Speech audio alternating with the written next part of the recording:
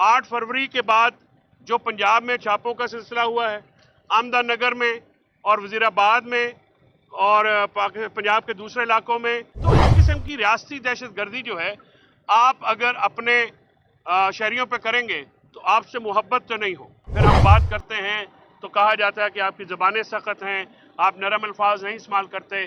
तो कौन सी ताकतें हैं कि जो जज साहब के जो इख्तियारात हैं उनसे भी पावरफुल हैं। इसीलिए तो हम कहते हैं कि चीफ जस्टिस होना और सिर्फ चीफ जस्टिस होना और कमरों के नाम बाहर नेम प्लेट्स लगाना कोई काबिल फ़ख्र बात नहीं है। आपके नाक के नीचे आपकी मातहत अदालतों के अहकामात को जो है वो हवा में उड़ाया जाता है, जूते की नोक पे रखा जाता है, जमा करार दे दिया गया है। इसलिए हम 9 मई के वाक़े को सियासी तौर पे मोटिवेटेड समझते हैं और हम समझते हैं कि ये पॉलिटिकल पिक एंड चूज है और ये एक फॉल्स फ्लैग ऑपरेशन है और हम इस अपने स्टांस के ऊपर बिल्कुल पहले दिन से कंफर्म है और हम जुडिशल कमीशन का मुतालबा, इंडिपेंडेंट सीनियर मोस्ट जजेस के ऊपर जुडिशल कमीशन का मुतालबा आज भी दोहराते हैं कि ये ज़रूरी है कि 26 नवंबर 2024 और 9 मई 2023 के वाक़यात का एक इंडिपेंडेंट एनालिसिस करने के लिए एक पावरफुल जुडिशल कमीशन बनाया जाए, जाके दूध का दूध और पानी का पानी हो, जहाँ पे हम अपने सबूत दें। इसके साथ 8 फरवरी के बाद जो पंजाब में छापों का सिलसिला हुआ है, अहमदनगर में और वजीराबाद में और पंजाब के दूसरे इलाकों में, रेड्स के दौरान 8 फरवरी के बाद रेड्स के दौरान जो हमारे सेंट्रल सदर अहमद चट्टा के घर पे किया गया और अनीका भट्टी के साथ किया गया, दूसरे जो हमारे मेंबरान हैं, 3 लोग मेरी इत्तला के मुताबिक मुबैना तौर पे हलाक हुए हैं इन रेड्स के दौरान। और वजीराबाद में तो जुल्म ये है कि पुलिस ने जनाजा नहीं पड़ने दिया और बाद में जो है वो मामला बड़ी मुश्किल से उसका मुहासरा किए रखा। तो इस किस्म की रियासती दहशतगर्दी जो है, आप अगर अपने शहरियों पे करेंगे तो आपसे मोहब्बत तो नहीं हो, ज़ाहिर है उसमें नफरत में इजाफा होता है। आज इमरान खान साहब के साथ साथ जो है काफ़ी पार्टी के लीडर्स वो भी पेश हुए, पीटीआई के पुराने जो रहनुमा हैं वो भी पेश हुए और मुलाकातों का एक सिलसिला वहाँ पे वर्कर्स के साथ भी चला और उमर अयूब साहब, शफी फराज साहब समेत जो है लोगों की मुलाकातें हुई। आज मैं पार्टी में जो पार्टी के बिहार पे डिसीजन हैं, एक तो चीफ वाइप मलिक आमिर डोगर साहब को पीटीआई की जो मुज़ाकराती टीम है अपोजिशन के साथ ग्रैंड अलायंस में, उसका मेंबर जो है आज बनाने के लिए अप्रूवल इमरान खान साहब ने डायरेक्शन दे दी हैं कि आमिर डोगर साहब जो हैं उस मुज़ाकराती कमेटी में पीटीआई की नुमाइंदगी करेंगे दूसरे दोस्तों के हमरा। इसके साथ पॉलिटिकल कमेटी में भी जो हैं नई एडिशंस आई हैं। शाम तक जो है वो पार्टी जो हमारी लीडरशिप है वो नोटिफिकेशन इशू हो जाएंगे। ख़वातीन का जो है वो इजाफा किया गया है और क्योंकि ये पार्टी का एक प्लेटफॉर्म है जहाँ से ये अनाउंसमेंट आनी है, तो वो डिटेल अनाउंसमेंट वहाँ से आएंगी। आज हमारे न्यूली चीफ ऑर्गेनाइज़र आईएलएफ इंतज़ार पंजोथा साहब को जो है गेट के ऊपर रोका गया और उनकी एंट्री बैन की गई। उनका इमरान खान साहब का वकालतनामा भी है, उनका शिबली फराज साहब का भी वकालतनामा है, वो वकील हैं, बतौर वकील भी उनकी एंट्री जो है वो ब्लॉक की गई और खान साहब के कहने के बावजूद और जज साहब के कहने के बावजूद उनको एंट्री नहीं दी गई। इसी वजह से मैं ये कहता हूँ कि ये ओपन ट्रायल नहीं है, ये कंट्रोल ट्रायल है और एक ऐसे माहौल में ट्रायल किया जा रहा है जहाँ पे जो वकला हैं वो भी पिक एंड चूज होते हैं। न्याजुल्लाह न्याजी साहब आए थे, उनको भी अंदर से जो है बाहर जाने का कहा गया। मुझे नहीं पता कि न्याजुल्लाह न्याजी साहब के साथ क्या दुश्मनी, वो तो हमारे सीनियर जो हैं वो वकील हैं और इंतज़ार पंजोथा जो हैं वो तो बिल्कुल अब वकालत में रह गए हैं। जो उनके साथ सलूक हुआ उसके बाद एक नॉर्मलाइजेशन का प्रोसेस है जिसमें वो आ रहे थे, लेकिन यही और मीडिया में भी आज कुछ दोस्तों को अलाउ किया गया, कुछ दोस्तों को रोका गया। हम इसकी भरपूर मजम्मत करते हैं और हम चाहते हैं कि ओपन कोर्ट में ये ट्रायल हो। मेरा आज हम लीगल कमेटी में ये बात रखेंगे। मेरी स्ट्रॉन्ग ओपिनियन है, मेरी राय में जो ये केस है तोशा खाना 2 की तरह, इसमें भी हम ओपन ट्रायल की दरख्वास्त देंगे और हम ये दरख्वास्त करेंगे कि जो जेल ट्रायल है उसका खात्मा करके ओपन ट्रायल में एटीसी रावलपिंडी में वहाँ पे इमरान खान साहब को पेश किया जाए ताकि लोगों का, इंटरनेशनल मीडिया का एक्सेस हो और वहाँ पे जो वकला हैं वो भी आराम से जाएं, हम कंफर्टेबल रहते हैं अपनी अदालतों में। जज साहब भी हमारे साथ, उन्होंने काफ़ी ताउन किया, उन्होंने इंतजार प्रजोता साहब समेत बाकी वकला का भी बहुत 2-4 दफ़ा ये ऑर्डर दिया, लेकिन इस ऑर्डर को मानने से इनकार कर दिया गया। अब जाहिर है फिर हम बात करते हैं तो कहा जाता है कि आपकी ज़बानें सख्त हैं, आप नरम अल्फाज नहीं इस्तेमाल करते।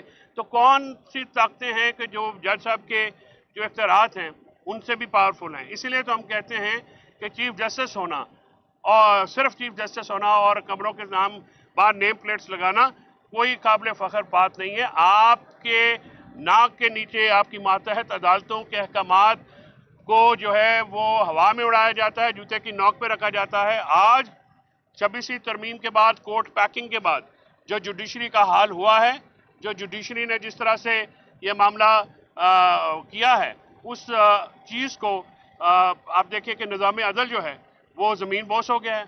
आज इमरान खान साहब ने बात करते हुए तीसरा लेटर आज जारी किया है जो कि जिसके मुखातिब पाकिस्तानी अवाम और फ़ौज हैं, और उसमें उन्होंने ये कहा है कि पटन की रिपोर्ट पढ़ते हुए के बाद और दूसरी जो गैर जानबदार इदारे हैं उनकी रिपोर्टें पढ़ने के बाद ये वाज़े हो गया है कि 8 फरवरी 2024 की जो पीटीआई की फतह है उसको किस तरह से इलेक्शन फ्रॉड के ज़रिए जो है वो चेंज किया गया और एक माइनॉरिटी हुकूमत जो है उसको मेजॉरिटी के ऊपर प्रवेल किया गया।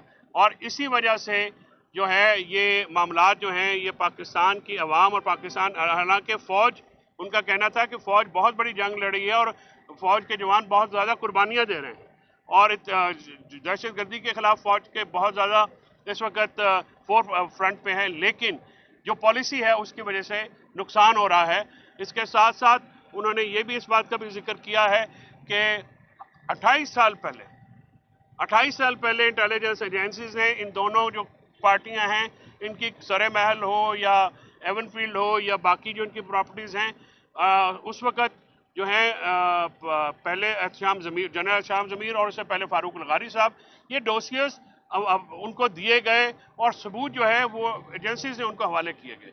उन्होंने ये कहा कि आज 28 साल बाद आप उन्हीं को जब इम्पोज करते हैं जिनके खिलाफ आपने सबूत इकट्ठे किए, जिनके खिलाफ आपने ही जो है मुकदमे बनाए।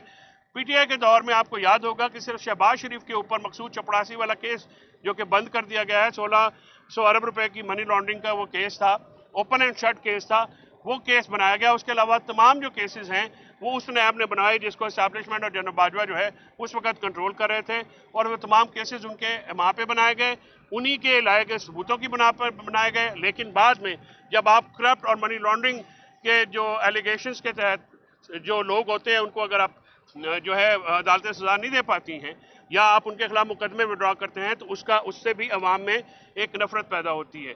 इमरान खान साहब ने आज स्पेसिफिकली ये कहा है कि मुल्क में जो मुआशी जमूद है वो पाकिस्तान में रूल ऑफ लॉ की एब्सेंस की वजह से है, पाकिस्तान में टेररिज्म की वजह से है जो कि बढ़ता हुआ टेररिज्म है, पाकिस्तान में जमहूरियत की नफ़ी है, पाकिस्तान में आज़ाद मीडिया का ना होना इसकी बुनियादी जो है वो वजूहात हैं, कैपिटल फ्लाइट हो रहा है और ब्रेन ड्रेन हो रहा है।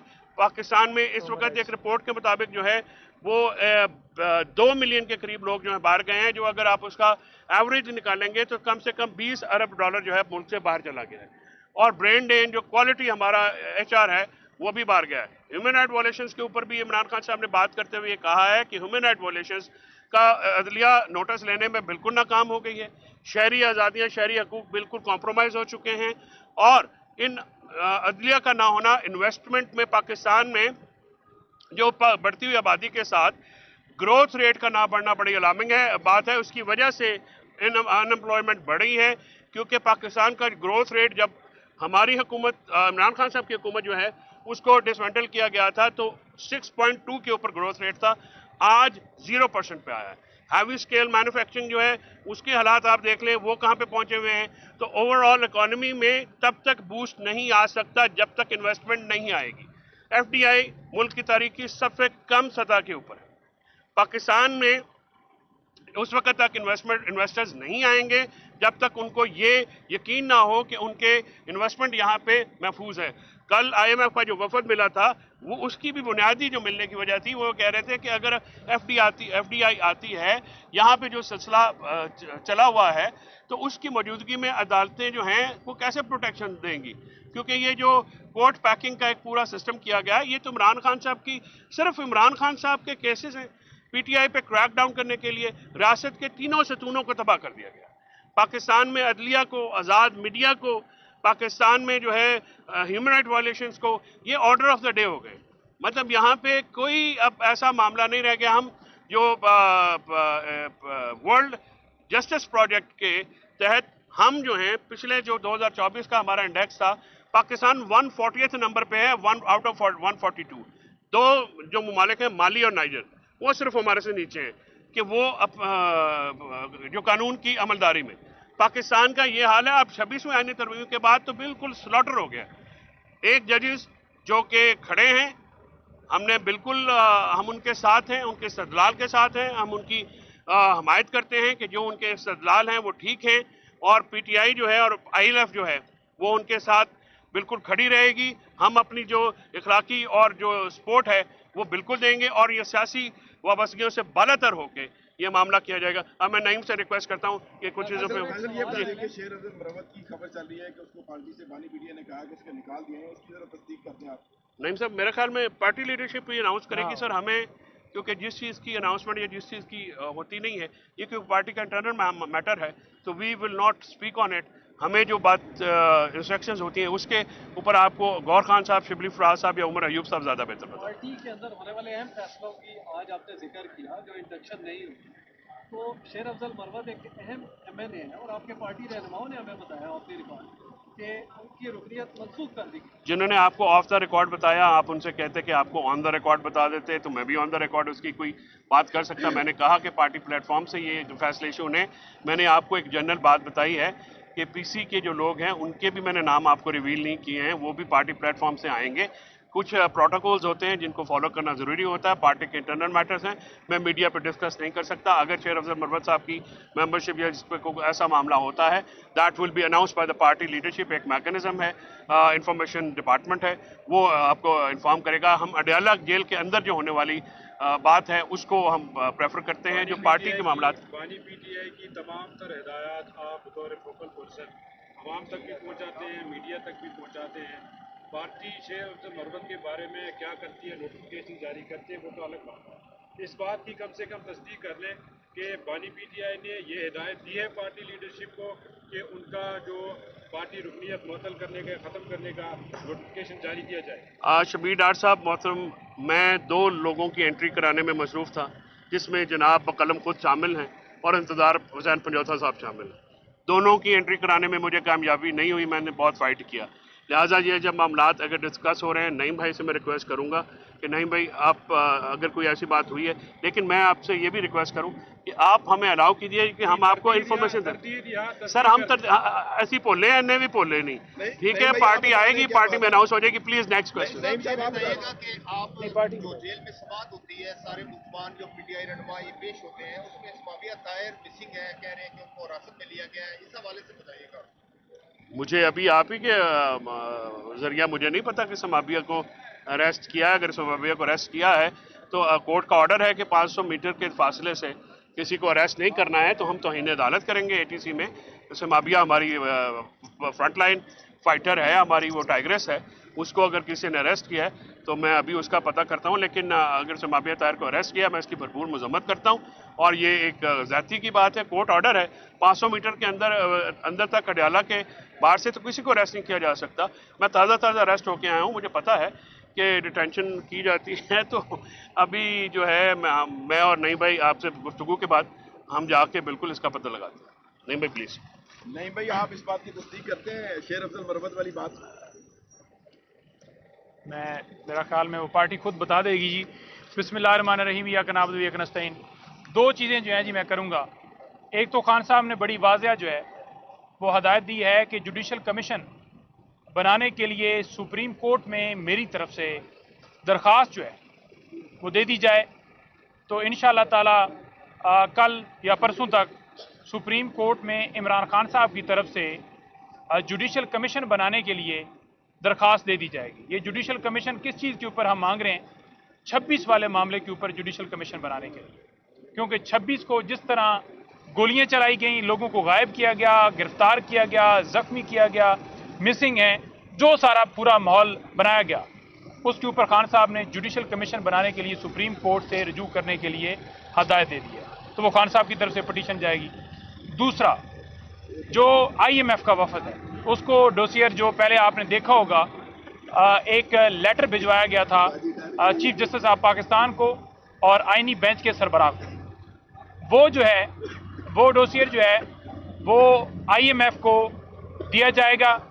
349 पेजेस के ऊपर ये मुश्तमिल है, जिसके अंदर 9 मई का जो सारा उस वक्त गिरफ्तारियां हुई, जो लोग हमारे अगवा हुए, जो लोग हमारे मिसिंग हुए, जो लोग हमारे शहीद किए गए, मिसिंग तो 26 वाले मामले में हुए, या उस वक्त जो अगवा करके प्रेस कॉन्फ्रेंस करवाई गई, या जो 26 वाले पूरे वाक़े के ऊपर आपने देखा कि जो कुछ हुआ वो तमाम तर उसमें ऐड किया गया है। जो फॉर्म 47 वाला किस्सा है, जो 8 फरवरी वाला है, वो भी उसके अंदर ऐड है। तो 349 पेजेस के ऊपर मुश्तमिल जो डोसियर जो है ये IMF को दिया जाएगा। और उनको ये भी कहा जाएगा कि आप तशरीफ़ लाए थे ज़मान पार्क में और खान साहब ने कहा था कि फ्री एंड फेयर इलेक्शन जो हैं वो मुल्क के अंदर होंगे।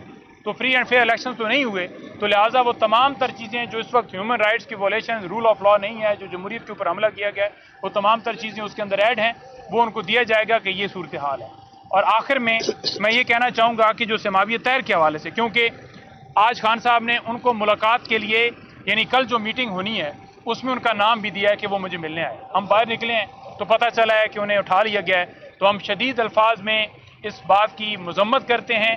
और जितने लोग हमारे 8 के पहले या 8 के बाद उठाए गए, हम उनकी तमाम गिरफ्तारियों की, और जो इस वक्त मिलिट्री कस्टडी के अंदर लोग हैं जो उनके ऊपर तशद्दुद किया गया है, उन तमाम की हम मजम्मत करते हैं। ये सिलसिला बंद हो, मुल्क को कानून के मुताबिक चलने दिया जाए, अपनी मंशा के मुताबिक ना चलाया जाए। Thank you. Thank you. भाई, ये जो खत लिखा गया है तीसरा, इसमें आर्मी चीफ को एड्रेस किया गया है। खत आ जाएगा, खुला खत है, आप भी पढ़िएगा। नामा बर जो होंगे, वो नामे जो तुम्हारे नाम आते हैं वो सरेआम आते हैं, तो पढ़ लीजिएगा जो भी होगा।